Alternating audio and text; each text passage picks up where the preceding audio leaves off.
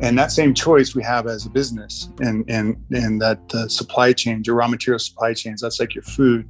And it's like, if you're just buying from intermediary brokers based on price and spec, and you don't really care where it came from, just, want the best price that meets your spec, then that's the race to the bottom that's fueling, a rainforest being ripped apart in Borneo and Indonesia to put in palm and coconut plantations, which are two of our key ingredients. And it's the same thing. It's like, okay, I do not want to participate in that. I'm going to take my energy or our collective company's energy and divert that into and open up a channel energy that supports farmers and can help build and enable farmers who are doing it in a good way. Hey everybody, thanks for checking out the latest episode of the You Can't Eat Money podcast. Today's guest is the Cosmic Engagement Officer of Dr. Bronner's, David Bronner. David is the latest Bronner to take on running the family soap business along with his brother, started by his grandfather, the namesake Dr. Bronner. In this episode, we cover a lot of ground, from the origin of the famous script on the Dr. Bronner's label and David's journey to his current role as Cosmic Engagement Officer, to his passion for regenerative agriculture and Dr. Bronner's advocacy work on everything from animal advocacy to drug policy reform. As we hear in this episode, Dr. Bronner's is truly a company that has aligned itself with nature. It was a privilege to have David on the podcast. As you might notice, my audio is not the usual quality, but David's is crystal clear, so you won't miss any of his great ideas and insights. Thank you all for listening, and here's the latest episode of the You Can't Eat Money podcast with David Bronner, Cosmic Engagement Officer at Dr. Bronner's.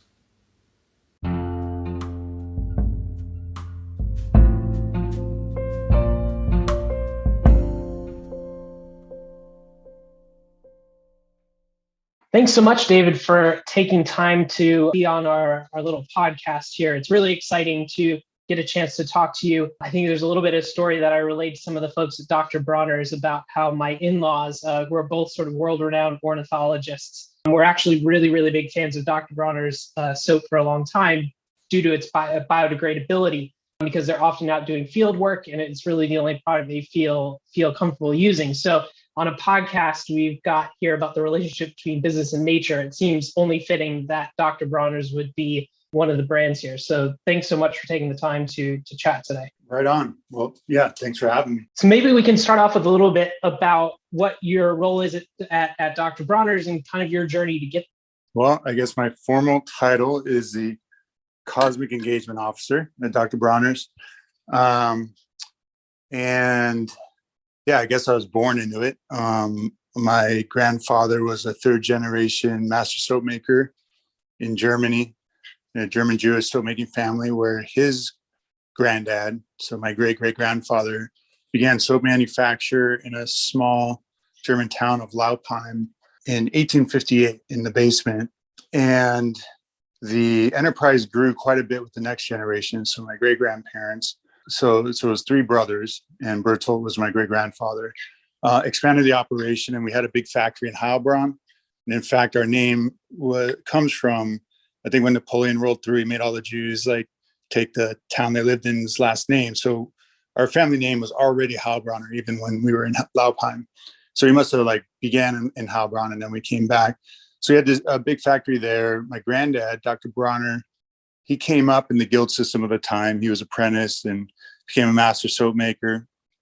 But he came of age in the 20s, in the 1920s, just a time of great foment. And he was very Zionist, and his dad and uncles are saying please don't mix politics and soap. Let's just chill that out here.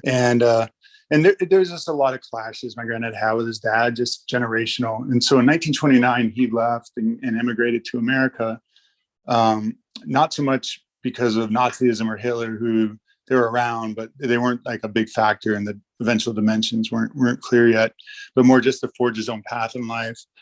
And he became a consultant to the U.S. soap industry and helped develop products and build factories. And he had three kids. But in his time with Hitler's ascent to power, he became increasingly desperate to get his family out. His two sisters got out of Nazi Germany. My great aunt Lottie got out in 1936 and ended up in a kibbutz, and then Palestine, now Israel. And Louisa got out in 38, right before they closed the borders, and became a professor of literature at UMass Boston after a career in chemistry. But my great-grandparents, like a lot of bourgeois Jews, thought they were going to ride out the madness and stay till it was too late. And the factory was Aryanized in 1940, and they were deported shortly after and died in the camps. And my granddad, also in this time period, my grandmother was in and out of hospitals and died in, I think, 1944. So my grandfather was just going through a lot of immense tragedy. And somehow his response to this was that, and just recognizing a nuclear armed world, that the next Holocaust, if we don't realize our transcendent unity across religious and ethnic divides, and that all the faith traditions at their best are pointing at the same transcendent source and mystery that we're all children of, and that if we don't recognize that, we're doomed. So that was his mission and passion, was to unite the human race across divides. And he was going around the country lecturing on his peace plan, and got a following, kind of a cult following. He was selling the natural Castile soaps on the side, which were by that point kind of out of fashion. In the post-World War II era, you had kind of the better living through chemistry was the mantra. All kinds of industries were transitioning. That's the advent of plastics and synthetic fertilizers and pesticides, and in body care, like these kind of newfangled petrochemical based surfactants cleansers. Like they weren't these natural soap recipes anymore. But our granddad saw early on the problems with this, and that, and the short-sighted thinking, and just understood. He was a very lover of nature, kind of brought that green ethic with him. And early on an ecological pioneer.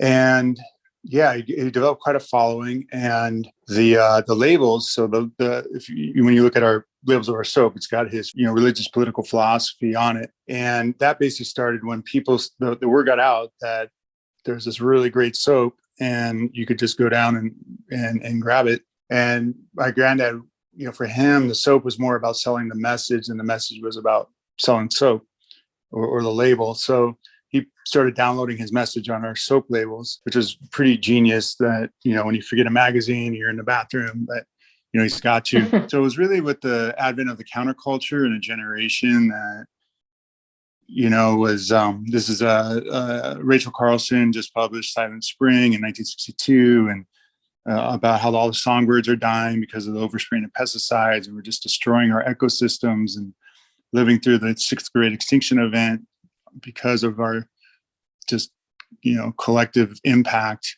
unconscious impact as a society and economy on the world. And this generation trying to stop this war machine in Vietnam and live a simpler lifestyle, more in harmony with the earth, and, just really embracing a lot of different lifestyles. And, and here's the soap that's concentrated, biodegradable. You can wash your hair dog dishes by the side of the river and not worry about it.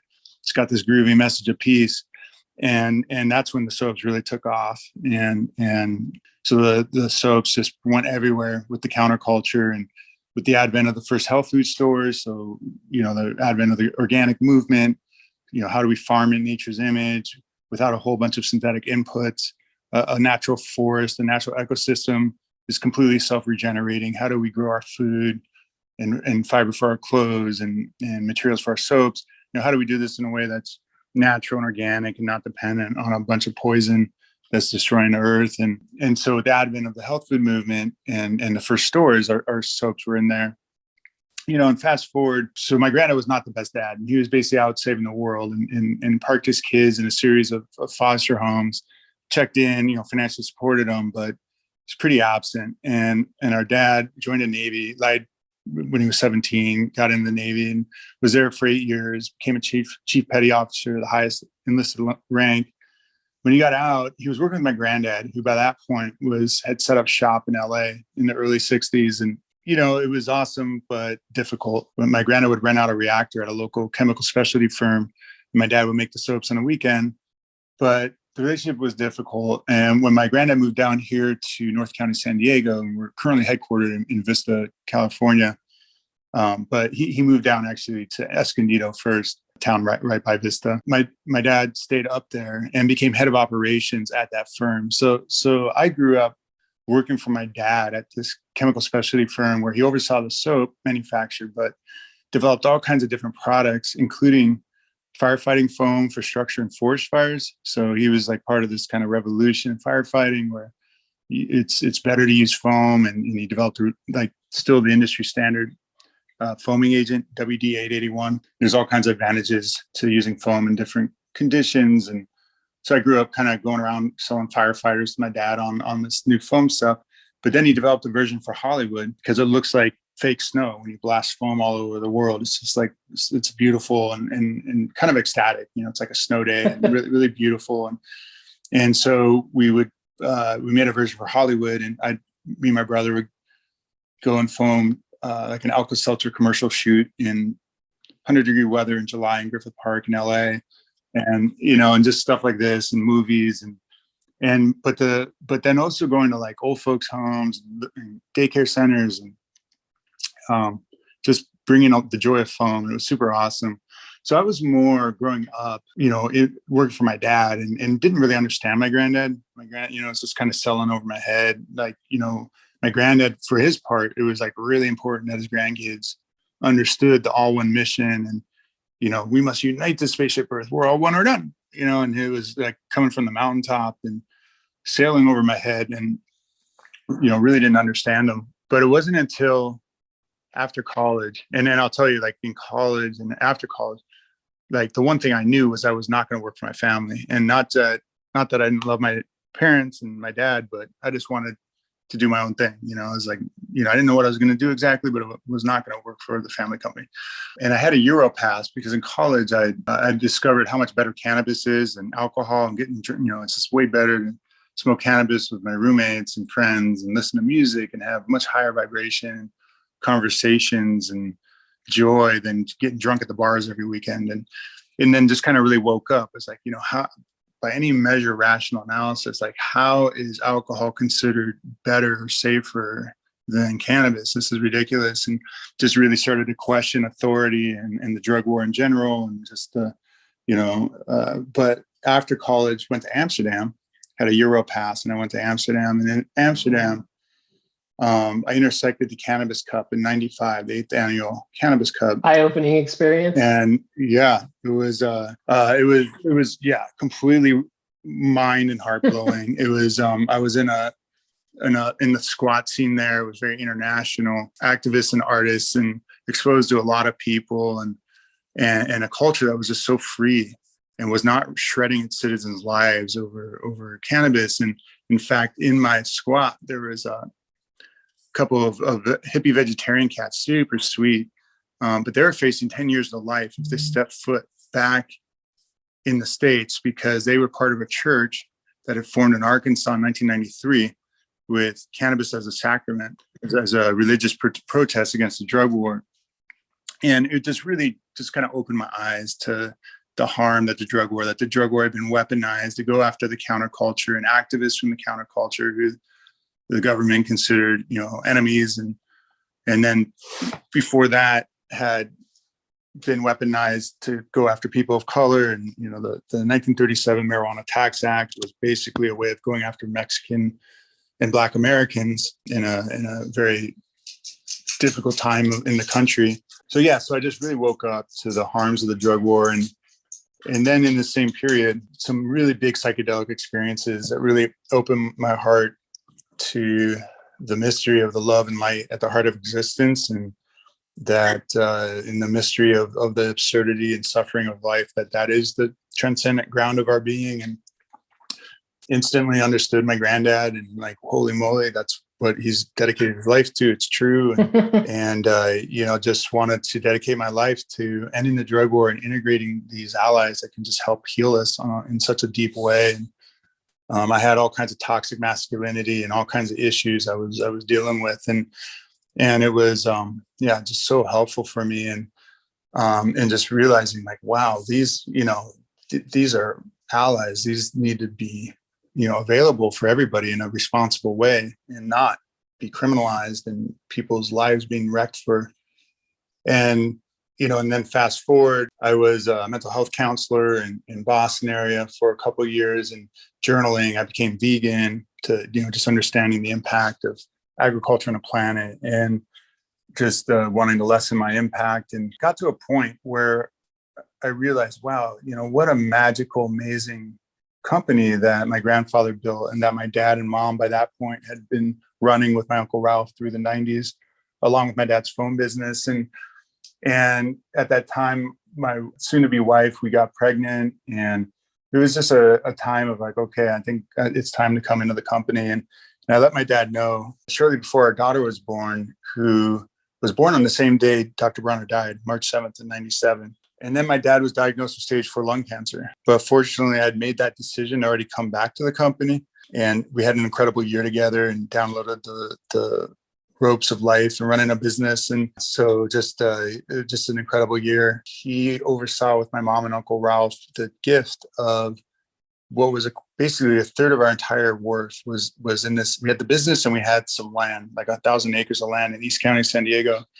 And over the protests of a lot of our financial advisors, because we were dealing with these big estate taxes from my granddad, he oversaw the transfer of that to the Boys and Girls Club of San Diego, which helps disadvantaged at-risk youth with a lot of really cool after-school programs. And he really set the example for me and my brother, and like this generation that's now running the company, that Bronner's, that our company, our family company, exists to make the world better, and that all profits that we don't need for the company, we're going to dedicate to the causes and charities we believe in.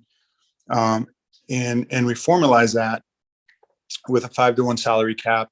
And so I would just say that, I've translated that passion. Our first big activist project was putting hemp seed oil into the soaps, which is really high in omega-3, and it makes the soaps much more smooth and less drying. But it was also at the nexus of sustainable agriculture and drug policy reform, that the drug war had scheduled basically a non-drug agricultural crop as a Schedule I substance, equivalent to heroin and crack cocaine, and it was such an absurdity. So it was an opportunity to really start to engage in the battle with this drug war machine. That's, fast forward to today, we're like really making huge progress. We're ending cannabis prohibition right, left, and center. We're integrating our psychedelic allies and medicines, and helping veterans and highly traumatized populations heal up on a deep level and get connected to their more authentic selves and to nature and each other and the source, whatever you want to call that, source love. And then on the agriculture side, all of our major raw materials are coming from really cool regenerative organic projects, farming communities around the world that are farming in nature's image and taking care of their land and their people in the right way. And the workers involved in processing the raw agricultural materials into the oils we use in our soaps are all, getting a real fair deal. And we're going to market in a way that everyone's winning. And so, it's just been a real journey. But I, initially really didn't understand my granddad, but then ended up really taking on his passion in the world and living it. That's amazing. It's really interesting to hear about how sort of your journey, sort of ups and the downs and coming away and then closer to the business, has played a role in kind of how you view that. And it's really interesting looking at this. You talked a little bit about the nexus of decriminalization around cannabis, and then that intersection with sustainable agriculture. And so how do you see the role with Dr. Bronner's as a business, between the business and nature, both from a sort of that donation and advocacy side, but also from the product side, and how you think about sourcing and how the products are actually made, including some of the pieces you just talked about in terms of fair pay and all of that? How do you see that relationship between business and nature from Dr. Bronner's perspective? Yeah, I mean, I think that, and that's a big thing that the medicines show us, is that, we're not apart. We're one with nature. We don't exist apart from nature, but unfortunately we live like we're we are disconnected and alienated and don't realize that connection. And one of my early psychedelic experiences, it was one of my first, and I was in college, and I remember looking down at my arm had taken a mushroom chocolate that a friend had given me. And I remember looking down at my arm and thinking, and I was a biology major. And I remember thinking, wow, what does it mean? Like at a quantum level, at the quantum energetic level of the universe, like my arm and the world are one. It's this one continuum. And then I was looking outside, kind of out in nature, and thinking about the food I'm eating and the food that from the world is pouring into me like a river and pouring out of me. It's like a river of energy, and I'm part of a much bigger living reality, and that everything I see is going to die, but it's going to be reborn. And there's this huge, much bigger living reality process I'm part of, and that nature is not out there, but I'm one with it, and feeling really that connection.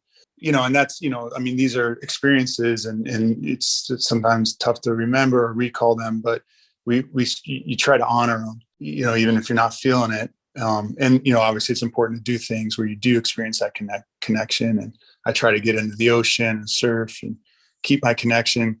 But as far as like, it's really important because a lot of people won't put things together. They don't put together that their dietary choice, like you're voting for the kind of world you want to live in with every consumption choice you make. And when if you're not buying like a regenerative organic food, and especially with meat and dairy animal products. And I'm on the board of the Regenerative Organic Alliance, regenorganic.org. And I've been on a big adventure and really do support high animal welfare, pasture-based livestock operations, grass-fed beef operations. And I've come to understand that there is such a thing as a regenerative, sustainable way of integrating livestock into our farming ecosystems. But those farming ecosystems need to replicate nature, and we need to drastically reduce the population of animals that we have in our agricultural system. We need to get them out of these horrible factory farms where they're just stuffed in cages, being fed GMO soy and corn, and get them back onto the land and integrated back into our farms. And for us, and just really translating that and having the opportunity to work with farming communities and that same dietary choice that we each have that individually, like our fork is a pitchfork, our knife is a butchery knife. What kind of farm does our farm look like? Are we just defaulting to the machine that's ripping the world apart? Or are we like supporting farmers who are taking care of their land and their people and their animals in a good way, and creating a vibrant farming community? And that same choice we have as a business, and that the supply chain, your raw material supply chains, that's like your food. And it's like, if you're just buying from intermediary brokers based on price and spec, and you don't really care where it came from, just, want the best price that meets your spec, then that's the race to the bottom that's fueling, a rainforest being ripped apart in Borneo and Indonesia to put in palm and coconut plantations, which are two of our key ingredients. And it's like, and it's the same thing. It's like, okay, I do not want to participate in that. I'm going to take my energy or our collective company's energy and divert that into and open up a channel energy that supports farmers and can help build and enable farmers who are doing it in a good way, who are intercropping in the case with, say, palm, which is one of the most problematic crops in the world. Our Ghanaian farming partners are actually intercropping palm, cocoa, banana, and cassava, and replicating a multi-strata. Like when you look at a wild forest, you have different canopy heights, and you have tall trees, mid-level trees, bushes, and ground cover. And when you create that in a farming ecosystem with complementary crops that kind of replicate that, you actually are maximizing photosynthetic capture and biomass production and yield and income. Like you're producing way more in that kind of farming system than in a monoculture, which have all kinds of weed and pest problems. And cocoa is another horrible crop. It's like just very insecticide dependent, the way it's grown in these dense monocultures, and literally child slavery is involved because the prices farmers receive are so depressed in West Africa. And it's just a disaster. And our farmers are showing how you can take two of the world's most problematic crops and grow them in a very awesome way that's to the benefit of, we're sequestering carbon in a massive way into the soil. And that's another benefit of farming in the right way, that you actually sequester atmospheric carbon just through natural photosynthetic process of converting carbon dioxide in the air and the carbohydrates that build the roots, shoots, and leaves of all plants and crops, and the animals and people that eat them. but 20 to 40% of those carbohydrates are exudated into the soil to feed the microbiota in a synergistic relationship where the microbiota, the fungi, like they're feeding essential nutrients to the plants, and the plants are in turn feeding these microbiota. And when this natural system is really fed, when you're feeding the soil, which is what a good regenerative organic farmer is doing, and you're feeding the soil, you're going to produce incredibly healthy plants out of this vibrant ecosystem. And that soil ecosystem is also forming humus, which is long-term recalcitrant carbon and sequestering carbon into the air, into the soil. And so when you're doing these regenerative farming practices at global scale, this could actually be one of our number one strategies to reduce atmospheric carbon, because the soil is the number one sink for carbon on land. And conversely, industrial agriculture is a disaster and basically kills all the life. It treats soil as a dead inert medium, basically kills all the life in the soil with all the synthetic fertilizers and pesticides, and then brings our crops to harvest with more and more synthetic chemical inputs, which is great for the chemical companies that dominate agriculture policy, but is terrible for the earth and us. The opportunity to be able to leverage our supply chains and our demand and consumer demand to help build and support farming communities that are doing things in the right way. And we have a whole team that works to help develop compost programs and, just all kinds of good regenerative techniques to build soil fertility naturally without off-farm inputs. So it's just so each of our major ingredients has a real story behind it. And actually, Garo Lasone, our VP of Special Operations, who oversees our team, he wrote a book called Honor Thy Label, Dr. Bronner's Journey to a Clean Green Supply Chain, and talks all about the stories of our different ingredients. And I'll just, one of the others is olive. That's a really awesome one. And we actually get 90% from Palestinian farmers in the West Bank doing all this rad regenerative techniques. And then to be clear, we're not anti-Israel. We hate the occupation and a lot of Israeli policy, but we're very pro-Israel as far as within its 1968 borders, and I have family there. So the balance of olive oil we get from a Jewish family farm on the Israeli side, and then a Christian Palestinian project on the Israeli side. So we have Muslim, Christian, Jewish olive oil from the Holy Land in our soaps, and it's amazing. It's super rad, and resonating to my granddad's vision and passion. So do companies contact Dr. Bronner's and are saying, how in the heck do you get palm and palm oil in a really sustainable fashion the way that you're doing? Are there people trying to find out your secret, or maybe it's not a secret? Yeah, it's not a secret, and absolutely right. It's a very contentious issue, and people are concerned about it. And yeah, we are always happy to educate people that it's not. There's no crop is inherently good or bad. It's just simply the management approach of how it's grown. And palm obviously is often grown in terribly destructive plantations that are ripping up rainforests. But let's take hemp, cannabis hemp, which does lend itself well to a regenerative organic system. It grows like a weed. You don't need a lot of herbicides and pesticides, but all too often it's just grown in a completely degenerative manner. So there's nothing, and here in California, like so much marijuana is not grown in the soil under the sun with no chemicals and fair labor.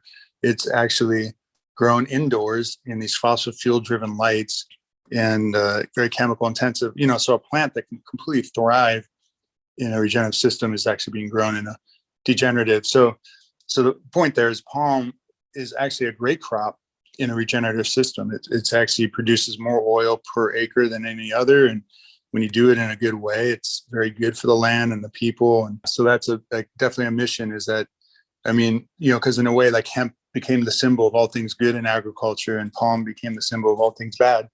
But there's nothing inherent in either crop that makes them good or bad. It's just really a management approach to how either are being grown. That's a really interesting way to look at it. And I think it also sort of illustrates this other challenge where a lot of companies are sort of continuing not so great practices when it comes to their farming and their sourcing, and they're just sort of engaging in offsetting to eliminate or try to reduce their net impact.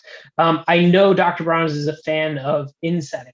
Can you talk a little bit about insetting and what you're doing on that front? Yeah. So right on. I mean, offsetting is, that's not going to solve the root problem. And, and obviously we need to decarbonize our economy as fast as possible and get off fossil fuels. But we still have this legacy load of atmospheric carbon, and all of us need to do what we can to get not only to a net zero, but, actually actively sequestering carbon. And these regenerative organic practices, as I was mentioning, they can sequester atmospheric carbon in a way that's really should be one of the number one strategies that we have. And fortunately and unfortunately, it's getting traction now at the national level. Like, there's actually some real momentum around recognition of how farming and agriculture can play a real role in addressing climate change, and instead of being a contributor, actually be part of the solution.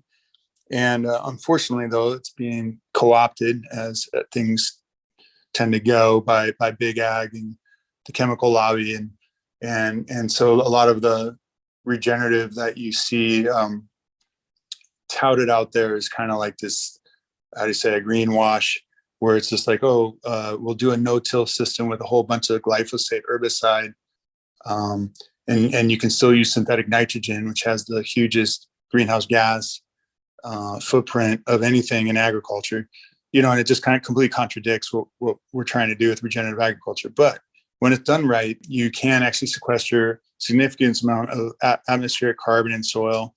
And between that and actually all the tree crops our farmers are growing, we're actually on path to, and we've done I guess it's called a scope 3 analysis, where you do take account of all of our carbon emissions, all of the freight, all the everything. It's a scope 3 is kind of the most like holistic way of measuring our impact and our emissions, with that as a benchmark. Okay, well, how do we address that and get ourselves to net zero and beyond? That's where we have these agricultural projects that we're directly working with our farmers on these regenerative agricultural practices. And because they're inside our own supply chains, it's called insetting. So we're insetting carbon, we're sequestering carbon inside our own. We're not like doing crappy stuff in our own supply chains and then offsetting it elsewhere. We're actually taking responsibility inside our own supply chains and actually sequestering carbon there. So yeah, we really hope, especially for companies that are, have ag supply chains, which pretty much, all the big food giants and whatnot, that, that they can start a shift to these kind of practices. Unfortunately, there's a battle here right now about what actually defines those practices and making sure that they are actually meaningful and not kind of window dressing. But, when they're done right, this can be a significant strategy and something we're pioneering, and others, Patagonia, the clothing company, is getting after in a similar way. One last question here on some of the things you're pioneering. So we've talked a lot about these in terms of offsetting. I saw you've donated $3 million to animal advocacy, providing plant-based meals and free organic vegan lunches to your employees. Obviously, your work with the Regenerative Organic Alliance.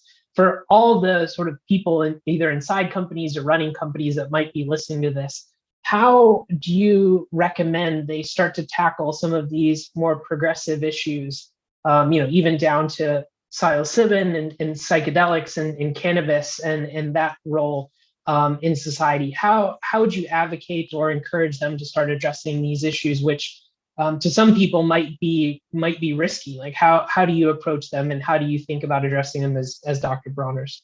Yeah, well, I think, definitely the most significant thing any one person can do, in my opinion, is shift their diet. Ideally, I would say, a vegan, regenerative, organic, plant-based diet. And if you're going to eat meat, making sure that that's coming from a very high vibration farm that is treating those animals right, where they're able to fulfill their instinctual behaviors. It's actually part of a system that's a net negative as far as greenhouse gas that can be a tricky choice for people.